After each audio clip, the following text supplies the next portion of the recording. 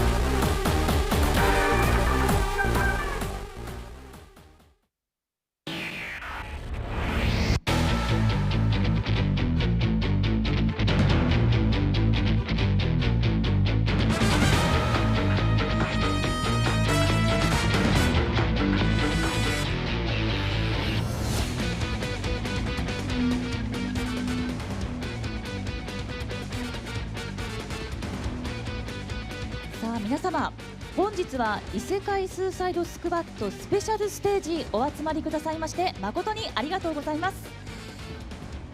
今年7月ですね、発表されましたワーナーブラザーズジャパン、そしてビットスタジオがお届けする日本初のオリジナルアニメーション異世界スーサイドスクワット、こちらですね、発表直後もう世界中で話題となった本作。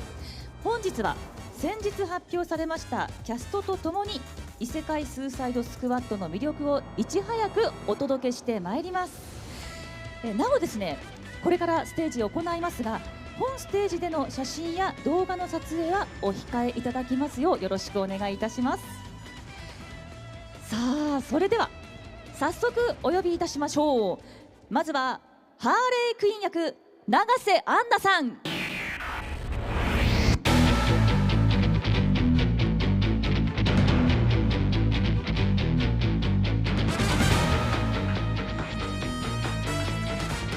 続いてジョーカー役梅原裕一郎さん。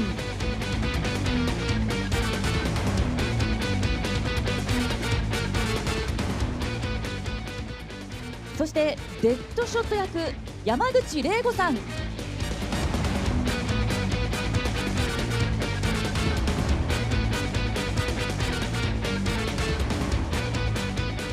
最後にワーナーブラザーズジャパンプロデューサーの鶴岡慎也さんです。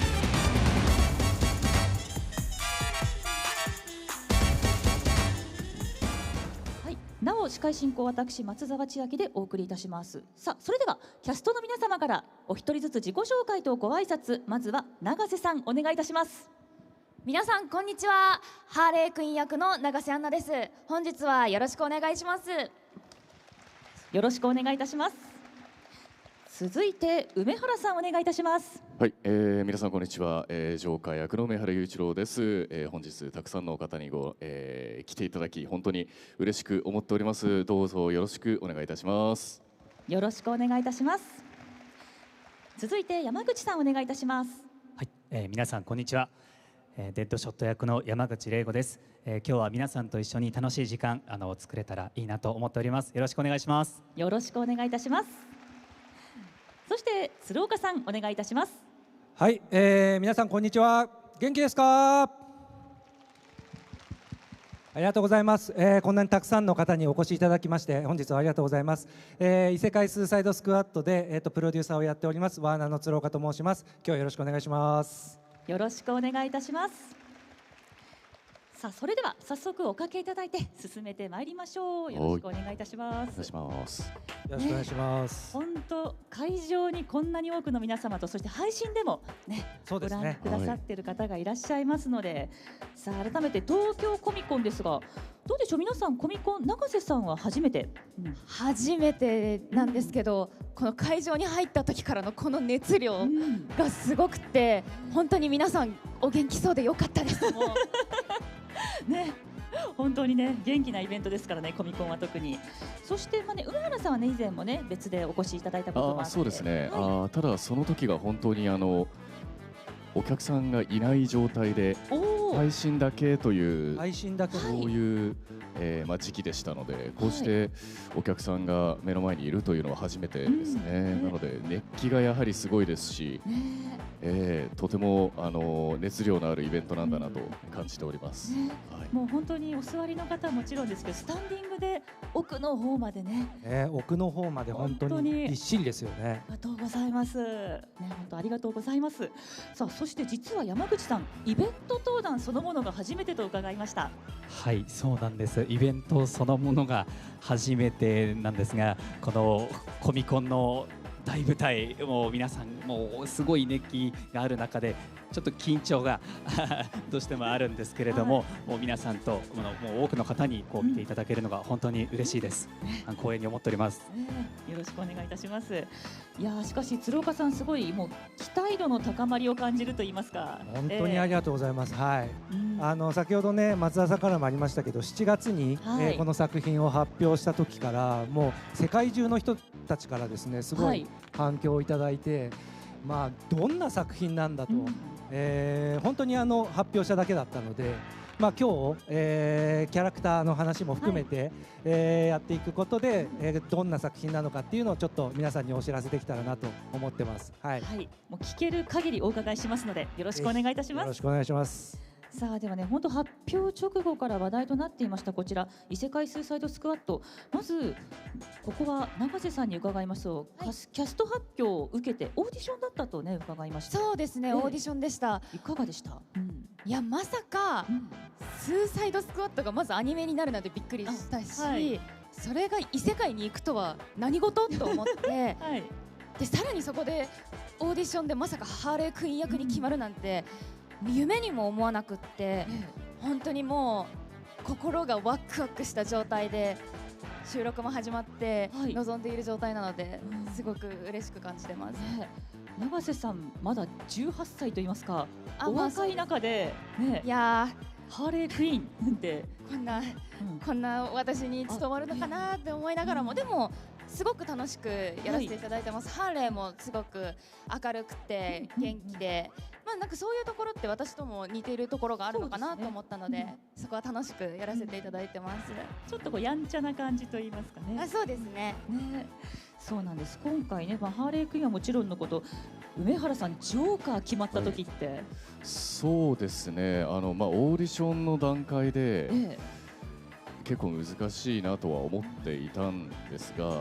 なかなかこうオーディションを受けられるだけでもいいかなぐらいの気持ちで、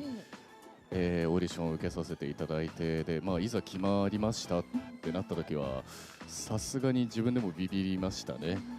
やはり今までいろんな方が演じてきているキャラクターではありますし、有名なキャラクターではあるので、それをこう自分なりにどう演じたらいいかなともいろいろ迷う部分はあったんですが、本当に逆にこう今までいろんな方が演じられてるからこそ、今回は、僕が思うジョーカーを演じてみたいなという気持ちでアフレコも臨ませていただいております。確かにジョーカーって作品ごとにさまざまな表情があるので、そうですね、本当に向こうの役者さんもそうですし、吹き替えでも全然違う役者の方が、演じられているので、ただ本当に同じキャスト内に小安さんがいるのはちょっとすごい、そんなまさかと思いましたけど、そこはピースメーカー役のね小安さんそうなんですよね、はいそこをちょっと思いましたよね。はい、緊張しました。小安さんもね、今日はジョーカーじゃないのって言ってた。そうですよね。ね、ただ安心しますよね。なんか小安さんいることでもね、そうですね。一つね。はい。さあ、そして山口さん、デッドショットですよ。もう二方と同じなんですけれども、もうマネージャーさんからデッドショット役決まりましたよってご連絡いただいた時、固まってしまいましてね、やっぱり長い歴史のある作品だし、たくさんの名優さんたちが演じてこられたデッドショットをまさか自分がやるなんてどうしようっていうのが最初正直な感想でした。ただでもやっぱり永瀬さんや梅原さんと一緒にアフレコもやらせていただいてからどんどん実感が湧いてきて、もう今ではもうこの場にもう皆さんと共有できているのが本当に嬉しいです。もうご本人のイメージが真逆すぎて、そう役の時と全然違うんです全よね。然違いますよね。声も全然違うんですよそうですねよね普段の声とね。ね漏れなく言われてますどこでもえ言われます。そこは本当山口さんのデッドショットがよりどうなっていくのかすごい楽しみですよね。はい本当にたくさんのオーディション受けていただいて、オーディションテープものすごいたくさん聞いたんですけど、おー今回のキャラクターって今までのやっぱその DC で描かれてきたキャラクターとはまた違うオリジナルで、はいキャラクター作りをしているので、なんだろう、本当にゼロからこのキャラの今回の異世界のジョーカー、異世界のハーレー、異世界スーサイドのデッドショットっていう形で選ばせていただきましたね。はい。ありがとうございます多分本当にいろんな方がいらっしゃったんだろうなっていう中でね、はい、この皆さんに決まったというねキャスト陣、なので山口君も自信持ってやってください。はい、ね、よろしくお願いいたしデッドショットます。の時はまあまあやってます、よろしくお願いいたします。さあ、そんな異世界スーサイドスクワットですが、先日発表されましたあらすじ、ここでちょっとご存知ない方もいらっしゃるかもしれませんので、改めてご紹介させてください。はい、犯罪都市ゴッサムシティ、有名な治安の悪いところですね。はい、ゴッサムシティでして、でこちらアーガス長官のアマンダ・ウォラーはある任務のため極悪な囚人たちを招集しました。ハーレークイーン、デッドショット、ピースメーカー、クレイフェイス、キングシャーク、ゴッサムの悪党と書いてヴィランたちが送り込まれたのはゲートによってつながった剣と魔法の世界、オークが闊歩しドラゴンが空をかける異世界でした。首には爆弾、逃げても即死、そして任務失敗でも即死、命がけのミッションを背負ったハーレークイーンたちがこの異世界を生き抜くことができるのか、決死の特殊部隊スーサイドスクワットのド派手な冒険譚が幕を開けるということで、鶴岡さんよろしいでしょうか。はい、完璧でございます。DC マルチバースということで、いろんなスピンオフだったりとかいろんな話が作られてたりするんですけれども、はい、今回日本初のアニメーションで、世界中で今人気のある日本のアニメで、スーサイドスクワットたちがじゃあどこに行ったらいいだろうっていうところで、流行りのじゃないですけども、異世界に行ったらどうなるんだろうというところから、この企画スタートしてますので、はい、1話からねもう異世界に行くんですけど、本当にひょんなことから、その5人のメンバーがですね、異世界に行って、どうなるのかと。いうようなところから、物語が始まるので、ぜひ期待していただきたいなと思いつつ、ジョーカーはねその中でどういうふうにね暗躍するのかっていうのも注目かなと。そうですね、いわゆるその5人の中には入っていないキャラクターなので、また別の動きをしているんですけれども、その辺をぜひ、最後まで見ていただくと分かると思いますので、はい、そうか、ジョーカーは異世界とはまたちょっと別軸というか、どうなんですかね。そうですね。ちょっと言えないことが多いのであれですけれども、これからなのでね。そうですね。ジョーカーってやっぱそのスーサイドスクワットとかに出てくる時って、やっぱちょっとそのなんだろう、そのメインストリームの話から違うところで暗躍するケースがやっぱ多いんですよ。なので今回もその立ち位置を踏襲しながら、どういう風に立ち回るのか本当にかっこいいんで、ぜひ注目してほしいですね。ありがとうございます。さあ、そして永瀬さんと山口さんはこのねヴィランたちが異世界に飛ばされてというのね、お話受け取った時いかがでした？異世界にスーサイドスクワットってってその端的に言うと、スーサイドスクワットもやばいやつらの集団で、異世界もやばいものしか集まってない場所なので、そんなやばいとやばいが掛け合わさったらどうなっちゃうのっていう、もうこの興味がそそられる内容しかもうないなと思って、本当に台本がもう待ち遠しいって思ってました。絶対おかしなことになるだろうなってそうなん期待感がね膨らんじゃいますよね。山口さんいかがでした？なんかやっぱこれまで異世界スーサイドスクワットのメンバーいろんな視線をくぐり抜けてきたと思うんですけど、これは異世界に飛ばされるというのはさすがに帰れるのかなっていうドキドキがもうあります。そうですね。字変えれるのかっていうね。はい、そうですね。あー異世界帰るパターンと帰らないパターンとあったりしありますすまからね。ね。ありますね。はあーヴィランたちのちょっと行方というか行動気になりますが、さあここで改めてねコミコンにお越しの皆様ご存知かもしれませんが、お三方が演じられるキャラクター改めて簡単に見てまいりましょう。まずはもうご存知ハーレークイーンから。はい、うん。い。うん、可愛い。可愛いですよね。やっぱ可愛らしいですよね、ねこの作品のハーレー特に。そううん。ね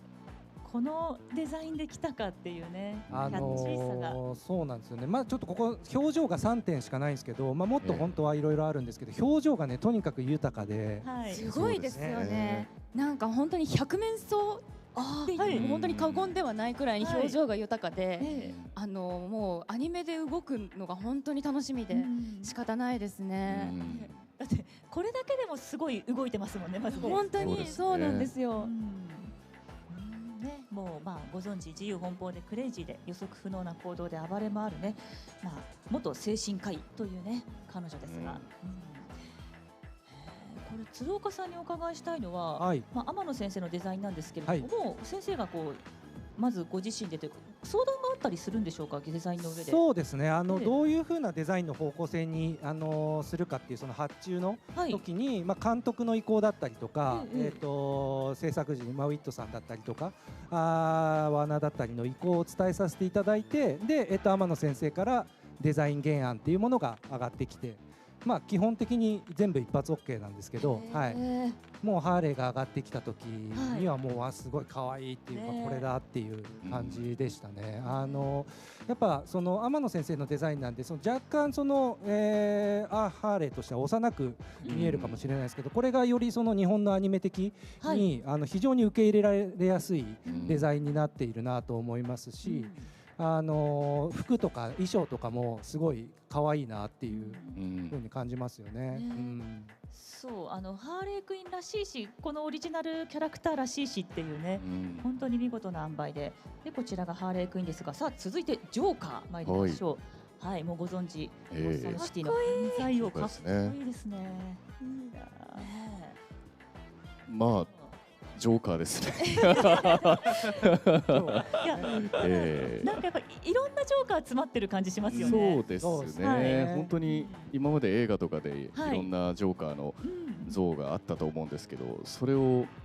かいつまんでいる部分っていうのはきっとあるんだろうなと思いますね。ちょっとこう時におたんびであったり、時に変態チックであったり、そうですね。いろんなね、いやこれもデザイン。そうですね。一発で、天野先生に、で今回のジョーカーは、なんだろう、今までいろんなジョーカーがありましたけど、ややかっこいい目が強いというか、かっこよさがかなり強い形のジョーカーにはなってるかなと。でどちらかというと結構ジョーカーって今までのジョーカーってコミカルなジョーカーも多かったと思うんですけど、よりなんだろうな、シリアスで狂ってるみたいな狂気、かっこいい狂気の方向の、ジョーカーに今作ではなってるかなというふうには思いますね。天野先生の描く狂気キャラいいですよね。ジョーカーもね非常に表情が豊かで、ものすごい狂った表情をする時あったじゃないですか。ありましたね。その時の梅原さんの演技も相まって、ものすごくそこが狂気らしいというか、すごくいい狂気になってるんで。ありがとうございます。注目していただければ。じゃあ梅原さんの狂気楽しみですね。楽しみにしてください。はい。そのね声色と言いますか。さあ続いてデッドショットですね。もう100発100中のね、もうビーマンスナイパーで、もうこれは王道にこうねやっぱり男前と言いますかね。そう。結構デッドショットやっぱりこう坊主頭のイメージがあるみたいなコメントとかを拝見してたんですけど、やっぱでもコーンローでそこがデッドショット新鮮な部分なのかなと思うんですけど、やっぱりこう天野先生の悪かっこよさが光るイラストで、すごく気に入っています。鶴岡さんこちらに関しては、ドレッドヘアは結構 PV のコメントとかでも世界中からいろいろドレッドヘアなんだみたいなのは結構ありましたね。でデッドショットは、今回結構なんか明るいところもあったりとか、はい、なんだろうな、日本風に言うとマイルドヤンキーみたいなちょっと荒々しくてなんだろう、口が悪くて、はい、でもなんかちょっとこうツッコミとかもいろいろあって賑やか、少しちょっとそういうその立ち位置のキャラクターになってるし、そういうビジュアルになってるかなっていう。なんか真ん中のいたずらな顔とかも、そういう顔をするエピソードも出てくるんですけど、はい、非常に愛すべきキャラになってるなっていう、気はします。はいね、ちょっといい兄貴感も感じる。そうですね、兄貴感あるかもしれない。楽しみですね、はい、しかし確かにドレッドヘアあんまり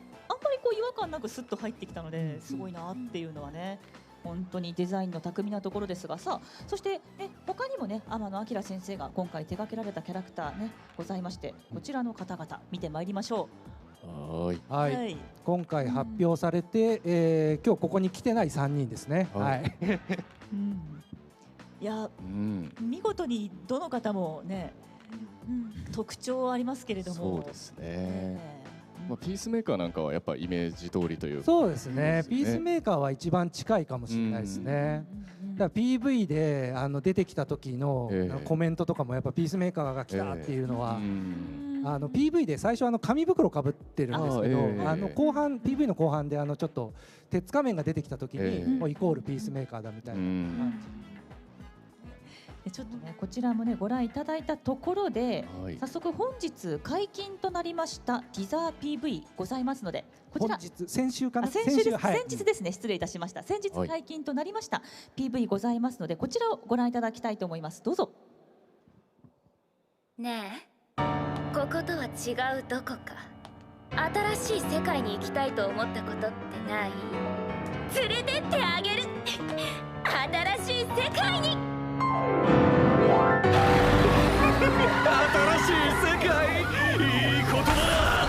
まさに俺が望んでいるものさ。こ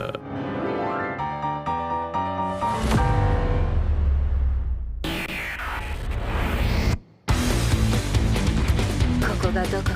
あんたたちが何なのかは知らないけど、私の敵ってことよね。平和の邪魔をするなら皆殺しだ。下品な奴らだ。私たちは歓迎されてないということになる。当たり前だ。あれ見えてねえのか。いいがね。ほら腹減った。それでいいのか。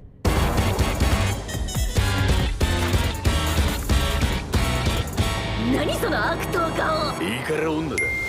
野蛮な手段はこのまま。やっぱり私ってば天才。60時間後に我々の首を吹き飛ぶ。死んでもかなわない犯罪者の部隊、スーサイドスクワットが。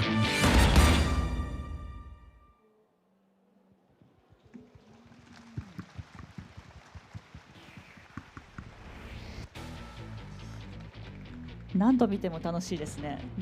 なんかやっぱススクのお祭り感みたいなのがすごい現れてますね。すごい暴れてますよね。PV だけでも。めちゃくちゃ絵が動いてるんですけど、きっと全話あのぐらい動いてくれるでしょう。ウィットスタジオさんですから、アクションにはかなり力を入れてやってますね。本当に絵が動いてお声がつくとこんなによりこう楽しいんだっていうか、もうねアフレコもこうねちょっと始まりつつと伺いましたけれども、どうでしょう。先ほどのねお三方のキャラクターはもちろんですけれども、小安さん、福山さん、木村さんね、皆さん合わせてアフレコされたりしたと伺ったので。そうですね。それこそ、初回のアフレコなんかは結構人数集まって、ほぼキャスト全員いるみたいな状態でアフレコできたので、それこそなんて言うんでしょう、やはり初回にみんなでアフレコするっていう感覚でできたのは大きかったなとは思いますね。そうですね。あとなんかすごくスーサイドスクワットのいいところは、やっぱり悪党たちが主役なので、自由度が高いっていうところですね。あーお芝居に関して。はい。結構福山さんそうですよね。アドリブ入れられたりね。すごい。そうアドリブ OK なんですか、鶴岡さん。そうですね、アドリブは結構皆さん入れてましたね、まあ、福山さんをはじめですけど、そうですはい、ね。でも永瀬さんも本当にお若いっていうかあれなんです、お若いのにマイク前に立つとやっぱすごい堂々としてて、結構アドリブをぶっ込んできてくれたんで、ものすごい助かりましたけどね。本当ですか。もう何でもいいかやっていいかなと思って。あーすごい。なんか始まる前までは結構恐縮してる雰囲気があったんですけど、ものすごい始まったら堂々としてて、もうなんかすごいハーレーらしいなと思いましたけどね。確かに。でもキャストさんでは拝見した中でももう愉快な方しかいらっしゃらない感じなので、はい、木村さんもね、もう好きあらばバンバン入れてくる。そうですね。木村さん結構もう一回やらせてください多かっいやーありましたね。た。こだわりがやっぱすごくて。やっぱね、台本にえ書いてないからこう、ね、オンエアだと分かんないかもしれないですけど、台本に書いてないので、こっちは後ろでククとこう、ね、我慢してるのが大変でしたし、はいやっぱり小安さんはもうこういうアドリブも一緒にやってくださるんですけど、こうなんだろうな、スタジオの雰囲気を一つにまとめてくださるのがもうすごくありがたくて、で僕たち若手の相談聞いてくれたりとか、あとはこうゲストでいらっしゃる声優さんにお声掛けしてくれたりとか、もう本当に見習いたいところがいっぱいありました。すごくいいチームなんだなっていうのがね、はい伝わってきてね、今のお話からも。さあ、そしてご覧いただきましたティザー PV 内でも使用されている音楽、今回布袋寅泰さんが手掛ける異世界スーサイドスクワットのオープニングテーマ「アナザーワールド」という楽曲でして、ここで布袋寅泰さんからコミコンにご来場、そしてね、こちらの配信ご覧の皆様に向けてのコメント動画をいただいております。ご覧ください。Hello everyone。異世界スーサイドスクワッドのオープニングテーマを担当させていただいた布袋寅泰です。曲のタイトルはアナザーワールド。この曲はですね、予測不能なスピーディーな展開で異世界への扉を次々と開き、未体験ゾーンへ皆さんを誘うスリル満点な作品に仕上がりました。個性豊かなキャラクターたちが繰り広げる奇想天外なストーリー、異世界スーサイドスクワッド、僕も放送を楽しみにしています。それではアナザーワールドのリリースまで皆さんお楽しみにお待ちください。布袋寅泰でした。布袋寅泰さんからいただきました。ありがとうございました。このインストゥルメンタルがいいですよね。ありがとうございます。今回、オープニングテーマをインスト、要は歌がないインストでいこうっていうのは、その監督とかウィットさんと話している中で、結構カイドラとかってオープニングがなかったりインストだったりすることが結構多いと思うんですけど、なんか海外ドラマとか海外の雰囲気をなんかこう日本のアニメの中でも出していきたいなっていうところで、過去ね、カウボーイビバップとかいろいろインストのオープニングって結構決まるとかっこいいっていうところもありましたし、そういった中でインストでその日本初で、その世界に、個性を出せる方っていうので、今回、布袋さんにちょっとオファーをして、快諾いただいたっていう風な感じですね。はい、どうでしたオープニングの曲。キャストの皆さんとしては、めっちゃ盛り上がりますね。そうですね。なんか悪党魂にエンジンをかけるような前奏とすごいかっこいいです。でも本当になんか歌がないからこそ、言葉がないからこそこう世界共通といいますか、そういう感じはしますね。このだってメロディーで皆さんご登壇されましたからね。そうですね。高めましたよね。なんかリフがすごく印象に残るリフですよね。なんかこれからこう異世界行くぞみたいななんか感じの雰囲気をすごい出していただいたかな。そうですね。これにかっこいい映像がつくってことですもんね。映像どうなるんでしょうね。気になりますね。めちゃくちゃ気になります。冒険譚が始まるぞっていうそうですね。伝わってきます。オープニングの映像もぜひ期待していただければな。オープニングがあるんですもんね、当然アニメといえば今作ってます。どんな感じで始まるんでしょうね。見てのお楽しみでね。わあ、ありがとうございます。さあそしてねこちらの異世界スーサイドスクワット期待が膨らむばかりですが、見永瀬さんが先日ウィットスタジオさんにスタジオ見学に行かれたと。そうなんです、アニメーションの制作現場をはい見学させていただいて、その時に撮影もさせていただいたので、本日はそちらの様子を少しだけ皆さんにお見せできればと思います。それではご覧ください。どうぞ。異世界スーサイドスクワットスタジオツアーやったー。はい、アニメ異世界スーサイドスクワットハーレー国役の永瀬アンナです。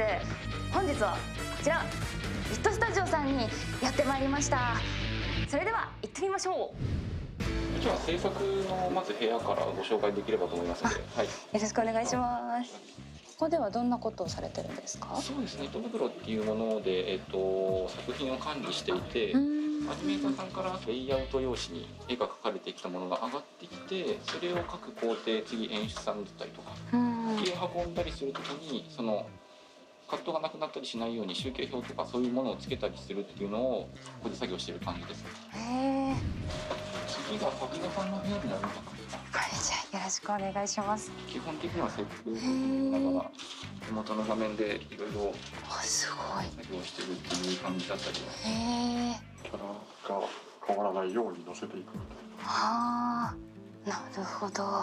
お忙しい中ありがとうございます。監督の場所に。はい。お疲れ様です。よろしくお願いします。早速なんですけど、今何の作業をされてるんですか？今は4話のリテイクなんですけど、手綱ちょっと細く直してます。ああ、すごい。完成が楽しみですね。楽しみにしててください。ありがとうございました。ウィットスタジオの皆さん、本日はお忙しい中ありがとうございました。本日のスタジオツアーの様子はですね、後日 YouTube でも配信されるので、そちらもご覧ください。バイバイ。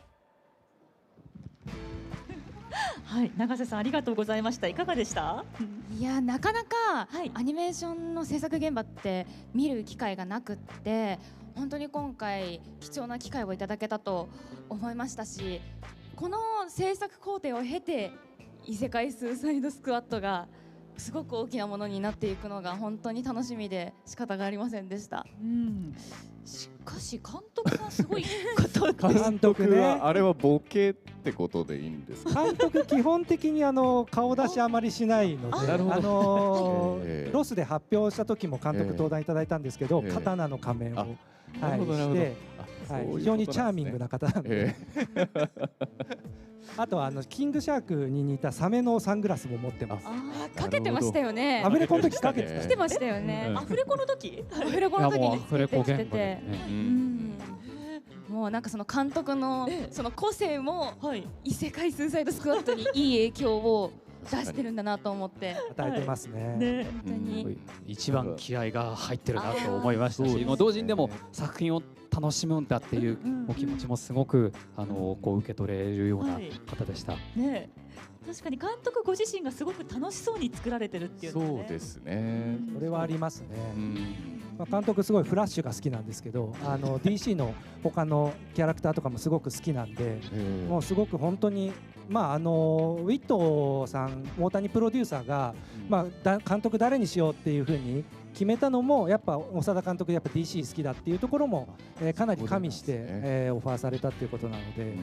すごいノリノリで作ってます。はい。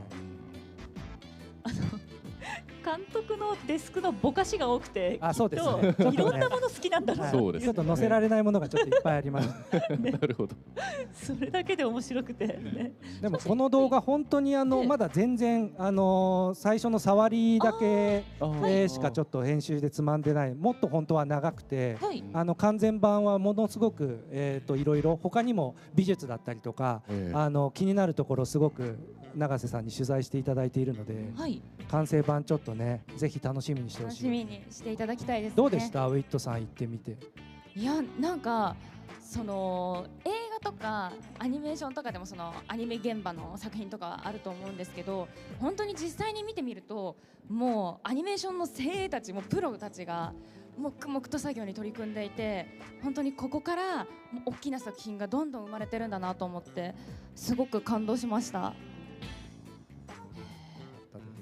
ですのでね、ぜひちょっとその、長尺といいますか、はいね、スタジオ見学もね改めて、はい、動画をご覧いただけたらと思います。よろしくお願いいたします。さあではですね、ここで本日のイベントを記念してフォトセッションに移らせていただきたいと思います。で、今回こうした東京コミコン記念して客席の皆様と一緒に客席バックでお写真を撮らせていただきますので、もしちょっとお恥ずかしい方ね、改めてちょっとお顔を隠す準備だったりをしていただいて、はい、スタンバイしていただけたらと思います。そして登壇者の皆様ではちょっと一度お立ちいただいて、はい、ここでご移動をお願いいたします。映りたいよという方はわーいという感じで映っていただいて構いませんし、そうわーいっていう感じで、もう全然お立ちでね、はい、スタンディングでご覧いただいている方もぜひ楽しく一緒に映っていただけたらと思います。で、恥ずかしい方はねお顔隠していただいて構いません。はい、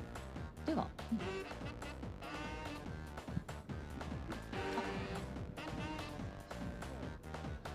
さあそれでは、はい、では異世界スーサイドスクワットフォトセッションを行わせていただきます。よろしくお願いいたします。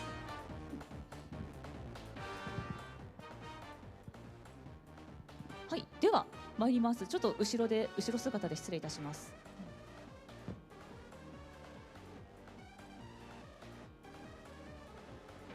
で、おそらくこのお写真が公式かどこかで流れて皆さんでお楽しみいただけるんじゃないかなと思います。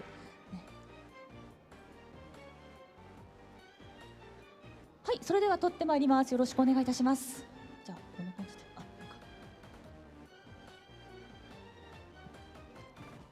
持ちます。ごめんなさい。ちょっと下げる。はい、行きます。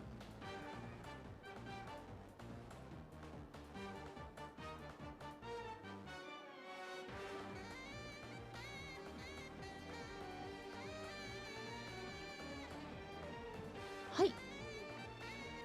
じゃあもう一枚いきます。じゃあちょっと皆さんイエーイみたいな感じでいただいて、すみません、決して強制ではないのでね、コミコン来たぜみたいな感じのちょっとこう動きのあるものが欲しいっぽくて、はい、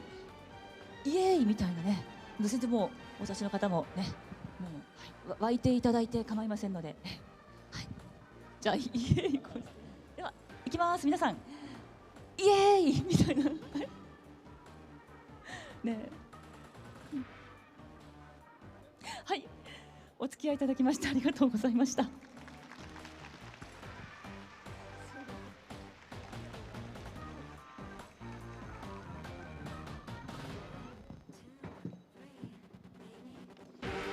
はい、では皆様改めてお付き合いありがとうございました。ありがとうございました。はい、ありがとうございました。ではここでねちょっとお知らせをさせてください。はい、まず東京コミコンではですね、ワーナーブラザースのこのワーナー100周年 DC ブースというものがございまして、こちら出展中です。で、なんと異世界スーサイドスクワットの展示はもちろんのこと、今回異世界スーサイドスクワットのノベルティステッカー配布中です。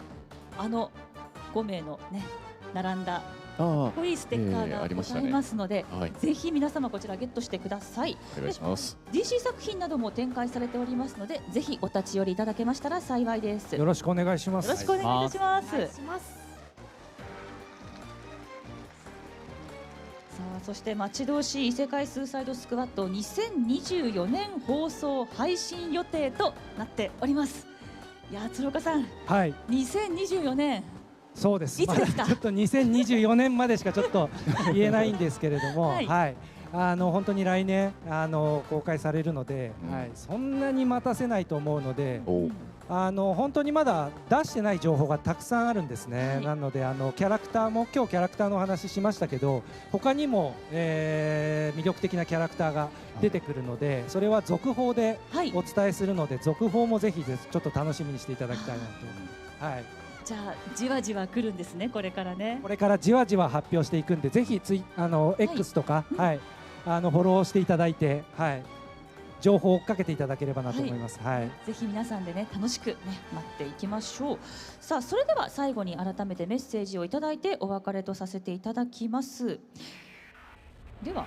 改めて鶴岡さん、本日初ステージでした、いかがでした？異世界スーサイド。そうですね、初ステージご覧いただきまして、ありがとうございます。僕からどうしてもちょっと皆さんに2つちょっとお伝えしたいことがあって、お願いいたします。はい、1つは、この作品コンセプトですね。この作品のすごく大切にしているところ、これシナリオの長月さんとか梅原さんとか、あと監督含めて、ずっとやってきたんですけど、まず1つはハーレーが可愛い、ハーレーを可愛くっていう風なところで、本当に永瀬さんの演技含めてものすごくハーレーが可愛くて生き生きてで、可愛いの意味もいろいろあると思うんですけど、ハーレーらしい可愛さが出てるので、そこをまず注目してほしいっていうところと、あとこのスーサイドスクワットのもう一つが、スーサイドスクワットのキャラクターを知らないよっていう人たちもいると思うんですよね。でも、その知らない人たちもすごく楽しめるようにっていうのをすごく心がけて作ってきたので、ここからスーサイドのメンバーを知る人も楽しめる作りになっているので、キャラとか DC とかを知らない人でもぜひ見ていただきたいなと。で、知ってる人はこう来たかっていうところでさらに楽しめるので、はい、ありていですけどどちらも楽しめるようになっておりますので、異世界スーサイドスクワットぜひご期待して続報をお待ちいただければと思います。本日はありがとうございました。よろしくお願いします。ありがとうございました。さあ続いて山口さん、も初イベント初ステージいかがでした？ありがとうございました。異世界スーサイドスクワットこれから始まるんだぞっていうワクワクをここで皆さんと共有できたのが本当に楽しかったです。デッドショットやスーサイドスクワットのメンバーが暴れ回る姿を見られるのがもう今から僕もすごく楽しみですし、もう永瀬さん、梅原さん、そして皆様のおかげでこのステージ立たせていただけて、皆さんと共有できて本当に光栄に思っております。今日はありがとうございました。ありがとうございました。さあそして梅原さんはいかがでしたでしょうか？はい、そうですね、まだ、言えない情報が多くてあれなんですが、きっと、皆様期待してくださっていると思いますが、その期待にきっと応えられるような、作品になっていると思いますし、もちろんスーサイドスクワット、好きな方はもちろん、初めての方も楽しめる作りになっております。僕ら声優陣、含め、全力で演じさせていただいておりますので、どうぞ、2024年といってももう本当にすぐですから、もう2023年も終わりですから、来年は楽しい年になると思いますので、ぜひとも、よろしくお願いいたします。今日はありがとうございました。ありがとうございます。さあでは最後は永瀬さんいかがでしたでしょうか？はい、純粋にとっても楽しかったです。今現在収録も順調に進んでおりまして、スーサイドスクワットメンバーではちゃめちゃに演じさせていただいております。もうこのアフレコ現場でのこの高揚、胸の高揚とか、あとアニメーション現場での繊細な細かいアニメーションが早く世に出てほしいってもう待ちきれないです。本当に皆さんも楽しみにしていただきたいと思います。今日は本当にありがとうございました。ありがとうございました。改めて異世界スーサイドスクワット2024年放送配信予定となっております。そしてこれをもちましてこちらスペシャルステージ終了とさせていただきます。お集まりの皆様、そして配信をご覧の皆様、ありがとうございました。ありがとうございました。ありがとうございました。ありがとうございました。